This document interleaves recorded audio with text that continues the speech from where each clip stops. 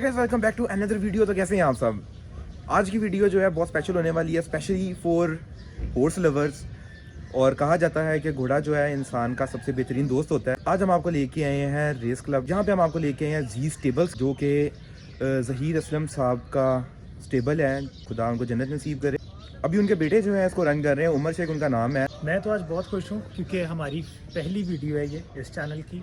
और मेरे हिसाब से भी मैंने YouTube पे इतने लोग देखे नहीं हैं जो लोग इस हॉबी को कवर कर रहे हैं। स्पेशली हम आप लोगों के लिए आए हैं जो लोग इस हॉर्सेस को पसंद करते हैं, इस हॉबी को पसंद करते हैं, या हॉर्स रेसिंग या हॉर्स राइडिंग जो है सिर्फ इंटरनेट या TV पे देखते हैं, उनको हमारे चैनल के थ्रू ये हॉबी देखने को मिलेगी। अभी चलते हैं, आपको मिलवाते हैं उमर भाई से और आपको जो है तमाम डिटेल्स दिलवाते हैं कि जो भी ये हॉबी हो रही है इसके अंदर एक्सपेंसेस वगैरह और सारी चीज़ें कैसे जो है मैनेज की जा रही हैं। तो चलिए वीडियो को जल्दी से करते हैं start. Let's get started guys.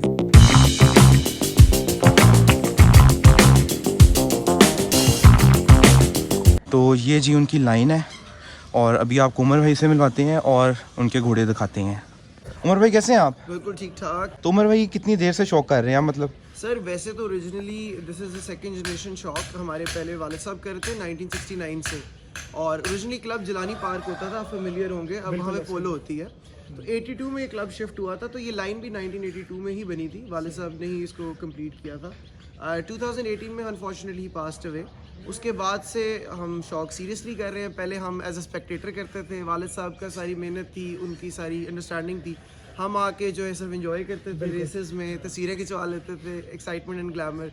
अब जो है सुबह ड्यूटी देनी पड़ती है, देखें आपने भी ठंड में बुला लिया और हम पहुँच गए। तो अब करना पड़ता है। सुबह से ऑब्वियसली घोड़े मॉर्निंग रोल पे थे, अब जो है वो अपनी ग्रूमिंग वगैरह करवा रहे हैं, अभी आपको घोड़े भी दिखाते हैं। तो उसके बाद सो एंड सो फोर्थ। आप फुल टाइम अभी इधर ही दे रहे हैं? जी, हमारा बेसिकली जो ओरिजिनल काम भी है वो हॉर्स रेसिंग से ही रिलेटेड है। सही। बेसिकली हम इंपोर्ट करते हैं न्यूट्रिशन और टैक इक्विपमेंट फॉर हॉर्सेस। तो ठीक। ये वालिद साहब अगेन शुरू से करते आ रहे थे, ऑस्ट्रेलिया, नेदरलैंड्स, US से। तो 2006 में सब में O लेवल्स में था, तो फिर हमने काफ़ी कंपनीज ऑन बोर्ड ले ली, जिसमें से कुछ नेदरलैंड्स की हॉर्स शूज़ की कंपनीज हैं, उसमें न्यूट्रिशन में रेनमेट आ जाती है, उनके साथ हम काम करते थे। अभी उनके डिस्ट्रीब्यूटर फ़र्क है, बट इस तरह फार्डनम है, US की कंपनी, हमारे पास की डिस्ट्रीब्यूशनशिप है, उसमें एनिमल्स की ऑल हस्बेंड्री की आ जाती है। मगर क्योंकि घोड़ों में हॉर्स रेसिंग इज तो वन एस्पेक्ट है, टेंट पैकिंग और पोलो में भी न्यूट्रिशन बहुत यूज़ होती है। बिल्कुल ऐसे। तो एक नीश सी मार्केट है, बट बड़ी पोटेंशियल वाली मार्केट है। जिस तरह लोग पेट्स का करते हैं, ये ज़्यादा थोड़ा सा रेसिंग जो है साथ कमर्शियल भी हो जाती है, जिसकी वजह से इसमें ज़्यादा लोगों का रुझान होता है। तो इसकी एक खास किस्म की मार्केट है जिसको हम केटर करते हैं। काइंडली जिन प्रोडक्ट्स को आप डील कर रहे हैं उनका नाम बताएंगे आप? जी, इसमें प्रोजेक्ट्स की बेसिकली कैटेगरीज होती है, ब्रांड्स तो डिफरेंट होते हैं। कैटेगरीज में आपके आते हैं इलेक्ट्रोलाइट सॉल्ट्स आते हैं, मल्टीविटामिन्स आते हैं, आयरन सप्लीमेंट्स आते हैं। हमारे जो हॉर्स है इसमें ना हूफ बहुत इंपॉर्टेंट होता है, तो इसके अंदर उसकी जो है विटामिन C, विटामिन E की क्रीम्स आती हैं, बायोटीन की क्रीम्स आती हैं, इसकी स्किन की बहुत प्रोडक्ट्स आती हैं, फिर मसल बिल्डिंग की आती है, वेट बिल्डर्स आते हैं। तो लाइक कंपनीज का मैंने नाम लिया, जैसे अब एक उसकी प्रोनाउंसिएशन काफ़ी डिफिकल्ट है, नेदरलैंड्स की हॉर्स शू की कंपनी कारखर्द के नाम से। इसी तरह US में है सेंट्रल लाइफ साइंसेज फार्डनम के नाम से। तो उनका जो सारा सामान है यहाँ पे इंपोर्ट होता है, हम ही लेके आते हैं, we bring it in directly, और फिर हमें डिफरेंट 4-5 स्पोर्ट्स में उनको प्रोवाइड किया जाता है। रेसिंग में हम खुद मुलव्वस हैं, हमारी स्पोर्ट्स फ्रेंचाइज है, हम जी स्टेबल्स के नाम से। बट पोलो में जो बड़ी टीम्स हैं, जैसे मास्टर पेंट्स हैं, बारीज हैं, न्यू एज केबल्स की टीम्स हैं, इनको हम कंसल्टेंसी न्यूट्रिशन में प्रोवाइड करते हैं और साथ इनके प्रोडक्ट्स देते हैं, जिससे उनकी पोलो के आपको पता है उनका भी हाई सीजन चल रहा है। ठीक है। और मेरा एक क्वेश्चन है जी कि रेसिंग, पोलो जी और जिसको हम लोग नेज़ाबाजी कहते हैं उर्दू में, इन तीनों चीज़ों में डिफरेंस जो है वो इनका मेजर डिफरेंस क्या है? मेजर डिफरेंसेस, एक तो स्पोर्ट्स आर वेरी डिफरेंट। असल में नॉर्मली हम जब आप एनिमल्स में अंडरस्टैंड करते हैं, जिस तरह आप डॉग्स या कैट्स को डिफरेंट ब्रीड्स होती हैं, पर्शियन कैट्स होती हैं, आपकी साइमीज कैट्स होती हैं, इस तरह डॉग्स में आपके रॉटवाइलर्स होते हैं, जर्मन शेफर्ड्स होते हैं। इसी तरह थॉरोब्रेड्स जो है ना इज़ द ब्रीड जो रेसिंग करती है। घोड़ों में मल्टीपल ब्रीड्स होती हैं। जो रेसिंग ब्रीड है, जो सबसे ज़्यादा well thought out breed globally भी है, वो है थॉरोब्रेड की ब्रीड, जिसके अंदर जिनकी अगर आज भी आप कोई घोड़ा उठाएं रेस क्लब से, तो उसको आप 100 ईयर्स पीछे तक जो है ना ट्रेस कर सकते हैं। उसकी ब्लड लाइन जाके मिलती है। मैं आपको एग्जैक्टली मेरे पास जो घोड़े खड़े हैं, मैं उनके आपको 100 साल तक की पूरी हिस्ट्री निकाल के दे उनकी पेडिग्री मिल जाती है। तो जो आपके आते हैं पोलो में भी थॉरोब्रेड यूज होता है, मगर उसमें मिक्स होकर अर्जेंटीनियन हॉर्स यूज होता है। सही। जो टेंट पैकिंग है उसमें भी थॉरोब्रेड यूज होता है, लेकिन उसमें मिक्स हो जाता है हमारे देसी में आपने अक्सर नाम सुना होगा, नुकरा फलाना डिफरेंट इंडियन ब्रीड उसमें बहुत फेमस है। तो उसमें ब्रीड मिक्स हो जाती हैं। पोलो में क्वार्टर ब्रेड भी चलता है, अर्जेंटीनियन भी चलता है, थॉरोब्रेड भी चलता है। लेकिन जो थॉरोब्रेड रेसिंग है उसमें आपको अलाउ ही नहीं होता थॉरोब्रेड के अलावा रेस करना, ठीक है। तो ये हमारी बेसिक रेगुलेशन है। अभी भी जो है हमारा JCP है, जॉकी क्लब ऑफ पाकिस्तान, जिसके नीचे सारे क्लब्स आते हैं, तो वो इस सारे डेटा को मेंटेन करता है। तो जब भी कोई डिफरेंट स्टार्स रजिस्टर्ड होते हैं, जिस तरह आपके कैनल्स रजिस्टर्ड होते हैं, उसमें से कभी भी कोई अगर बच्चा आता है तो उसकी बचपन से लेके उसके 2 साल होने तक, जब तक वो रेसिंग में नहीं आता, उसको ट्रेस किया जाता है। जब वो यहाँ रेसिंग ट्रैक में आता है उसको प्रॉपर नंबर्स लगा के रजिस्टर किया जाता है। फिर वो किसी एक ओनर के नीचे रजिस्टर होता है और फिर he is allowed to race in these races. ठीक है, तो ये है कि यहाँ पे जिनको नहीं पता, रेसेस जो हैं वो संडे को होती हैं और हम लोग टाइम बनाएंगे उमर भाई के साथ कि हम लोग दोबारा ज़रूर चक्कर लगाएं। अभी जो इनके पास हॉर्सेस अवेलेबल हैं यहाँ पे, उनका विजिट करते हैं और साथ साथ सवाल भी करते हैं। अच्छा, एक आपको इंटरेस्टिंग बात बताता चलो, घोड़ों की बर्थडे जो है उनकी बर्थडे से नहीं होती।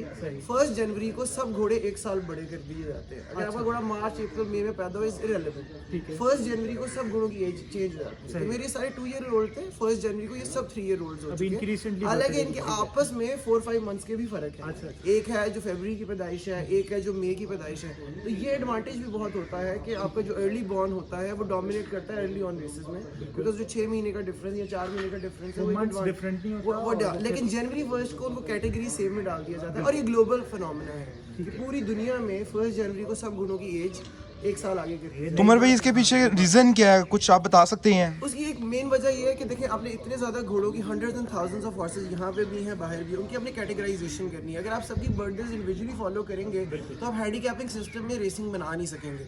तो उसका आसान हल ये है कि ब्रीडर्स को इनकरेज किया जाता है कि कोशिश करें कि साल के स्टार्ट में बच्चा हो। और ये बाय द वे हमारी साइकिल जो है वो जनवरी की होती है। कई जगहों पे जहाँ पे ठंड हमारी इस तरह पड़ती है, कईयों के जिस तरह ऑस्ट्रेलिया चले जाए तो फ्लिप में पड़ती है। तो उन्होंने अपना ईयर जो है वो जून के साथ अटैच किया। और इसी तरह हमारी डर्बी जैसे मार्च में होती है, जो हमारा सबसे बड़ा इवेंट है ब्रिटेन में, वो होती है बेसिकली गर्मियों में फिर दोबारा। और US में भी आपको पता है गर्मियों में होती है। उसकी एक वजह है 22 सेंटीग्रेड जो टेम्परेचर है वो आइडियल होता है रेसिंग के लिए। तो ग्लोबली जहाँ पे भी वो टेम्परेचर रीच होता है तो उस टाइम पे सबसे बड़ा फेस्टिवल लगाया जाता है उस कंट्री में। चलिए हम आपके जो है हॉर्सेस को देखते हैं। आ जाए। अभी ये चूंकि वैसे तो हम आपको ऐसे खोल के दिखाते हैं, आपको पता है सर्दी है तो हमने इनको कवर करने, ठंड बहुत ज्यादा, धूप भी नहीं निकली है। दिन में 2 दफा रोल के लिए निकलते हैं, एक सुबह और एक शाम, और ऑब्वियसली स्वेटिंग भी करते हैं। तो उनको हवा से कवर करने के लिए सुबह का रोल कर चुके हैं। तो सुबह के रोल के बाद आके अपना खाना शाना खा रहे हैं और ग्रूमर्स इनकी ग्रूमिंग कर रहे हैं। आइए हम आपको दिखा देते हैं। चलें, ये तो चलते हैं और आपको चल के उमर भाई की हॉर्सेस दिखाते हैं जो कि रेस के लिए पिछले 30 साल से हैं। ये सबसे वेल नोन ग्रूमर हैं, बल्कि लॉरेंस क्लब के हमारे तो बिल्कुल फैमिली की तरह। इन्होंने ऑब्वियसली वालिद साहब के साथ भी सारा टाइम गुजारा है ये घोड़ों का ख्याल करते हुए। और हमारे लिए तो मगर इनकी वजह से हम रेसिंग करते हैं। अगर ये जो है हम छुट्टी पे चला जाए तो हमें परेशानी लग जाती है। तो हमारे आई थिंक कोई 100 से 200 घोड़े जो है, जितने भी वालिद साहब से लेके आज तक हमने घोड़े रखे, सब इनकी सुपरविजन में रहते हैं।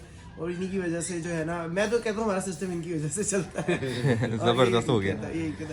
ये हमारा आजकल का जो सबसे प्राइड हॉर्स है, ये है प्रोडिगल रेन, इसका नाम है। ये JDW स्टड का है। आपने सुना होगा JDW जो है बेसिक शुगर मिल्स वगैरह उन्हीं के मखदूम साहब का जो है ये ब्रीडिंग है। एक रेस है ब्लूमिंग मेड का। ब्लूमिंग मेड भी वालिद साहब की पास ही थी वो घोड़ी। तो वो एक क्लासिकल घोड़ी थी, तो उसके नाम से कप होता है। सही। तो उसके अंदर ये कम्पीट करेगा इंशाल्लाह। वो मेडन रेस है। मेडन रेस का मतलब होता है जो घोड़े ने आज तक फर्स्ट प्लेस ना पकड़ी हो। सही। तो उसके अंदर इंशाल्लाह बताएंगे। डिस्टेंस है उसका 1300 मीटर। तो उसमें इंशाल्लाह हम चांस लेंगे। I think should be one on the top 3 board में होना चाहिए इसको। तो अभी हम इसको थोड़ा एक ब्रेक दे रहे हैं, बिकॉज घोड़ा भाग के आता है तो usually lose a little bit of weight. तो हम इसको जो है ग्रूमिंग करके वेट शेट इंप्रूव करके इस संडे स्किप करके नेक्स्ट संडे इसको भगाएंगे।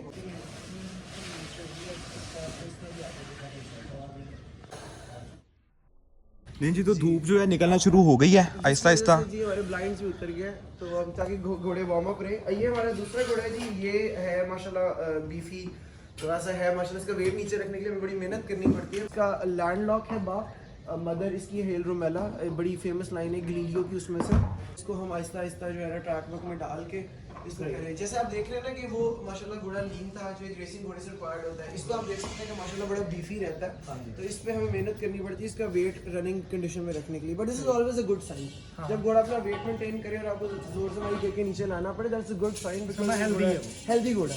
तो अदरवाइज यूजुअली स्ट्रगल दूसरी होती है, घोड़ा भाग के आके अपना वेट बहुत ड्रॉप कर जाता है, तो इट बिकम्स डिफिकल्ट कि उसका वेट मेंटेन कैसे। हॉर्सेस के लिए गाजरें हैं जो इनको क्रश करके दी जाती हैं। ओके गाइस, तो अभी जो है घोड़ा आने लगा है बाहर।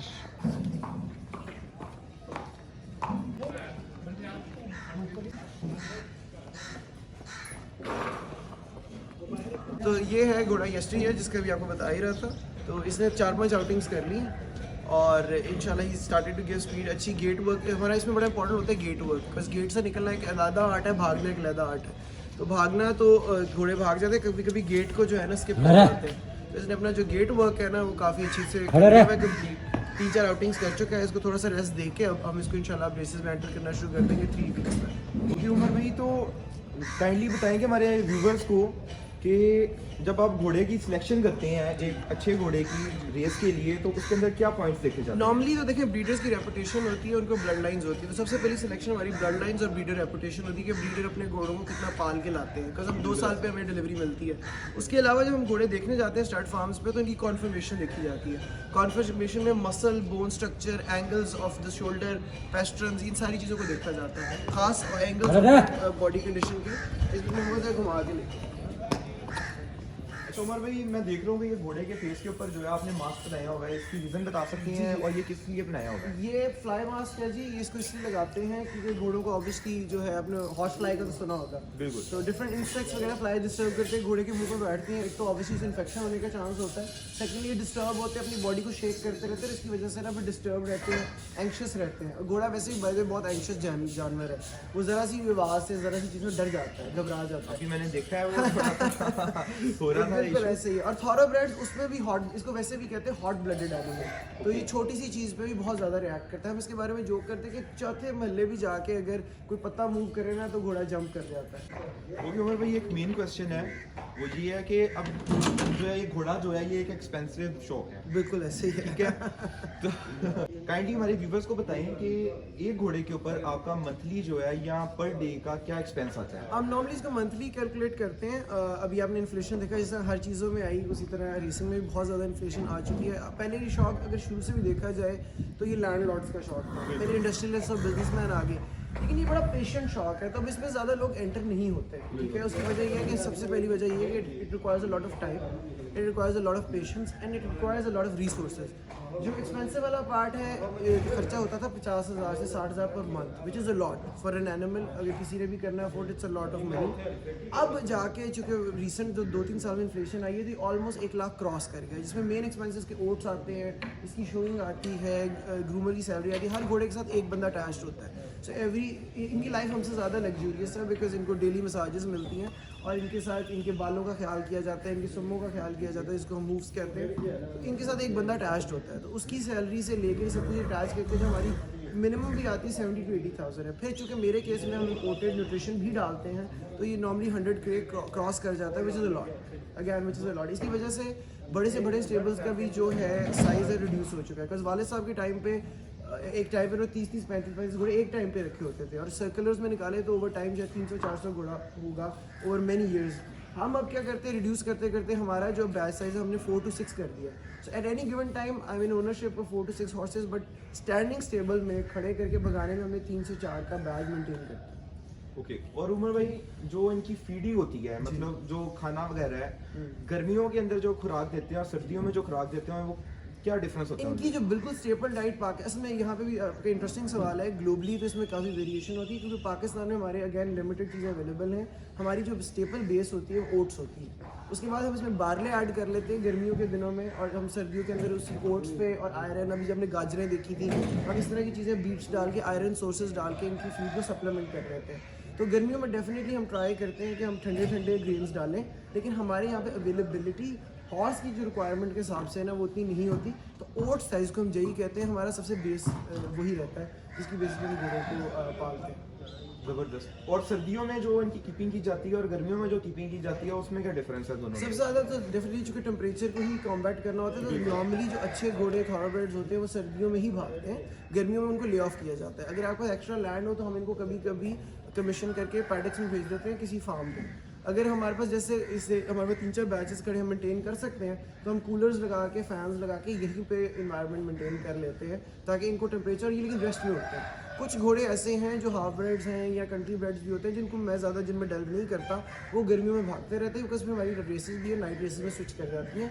शाम को चूँकि ठंडक होती है तो वो घोड़े हिसाब से मैनेज कर लेते हैं। अच्छा उमर भाई, मुझे ये बताइएगा थोड़ा सा आगे कि इनका फ्यूचर आपको क्या नज़र आ रहा है इस गेम का? फॉर द स्पोर्ट्स इटसेल्फ जो है basically what I can say is कि देखें it's a niche sport. Globally अगर इसको देखा जाए unfortunately it is shrinking.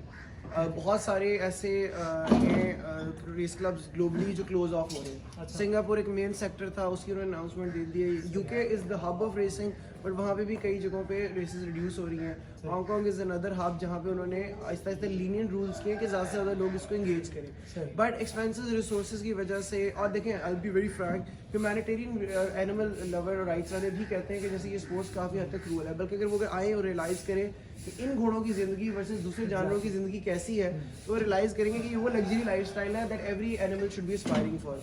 But in काफ़ी वजहों की को मिलाते हुए करते हुए तो जो रेसिंग है is definitely getting stronger, it's getting reduced everywhere. लेकिन having said that a lot of new people are adding into the sport. Young लोगों का अब वापस रुझान आया इस तरफ। अगर आप पिछली 10-20 साल पिछले रहे तो लोग कंप्यूटर्स और इनवर्ड चले गए थे, बट आफ्टर कोविड लोग फिर बाहरों की तरफ आ रहे हैं। पुरानी जिसे कहते हैं ना, पुरानी एक्टिविटीज़, पुरानी लेगेसी एक्टिविटीज़ को देख के उसमें इंटरेस्ट ले रहे हैं, और उसमें से racing is one of them. We used to have much older aged owners. हमारे अब जो ओनर्स की एवरेज एज है वो काफ़ी कम हो चुकी है, which I would say is a positive sign. Because पहले लोग ही अपना रिटायरमेंट का शौक समझते थे, बिकॉज इतना पेशेंट काम है, यंग एज में हम इस पेशेंस के हमारे पास नहीं होता।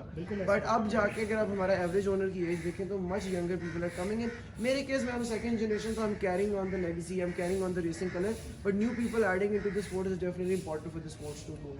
बिल्कुल ऐसा ही है। और दूसरा ये बहुत इंपॉर्टेंट चीज़ है जो उमर भाई ने बताई, और इनका अपना भी यूट्यूब चैनल है उमर शेख के नाम से, उसका जो लिंक है वो डिस्क्रिप्शन में दे दिया जाएगा।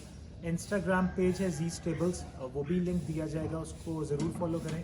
और कोई भी चीज़ पूछनी है, समझनी है, आप यूट्यूब पे जो वीडियो अपलोड होगी उस पर कमेंट कर सकते हैं, उमर भाई के चैनल पे जा सकते हैं, वहाँ पे कमेंट कर सकते हैं, इंस्टाग्राम पे तंग कर सकते हैं और कुछ भी पूछना चाहते हैं, हॉबी में ऐड होना चाहते हैं, ये हॉबी शुरू कैसे करनी है, कुछ सीखना है, तो उसके लिए आप डेफिनेटली कांटेक्ट कर सकते हैं।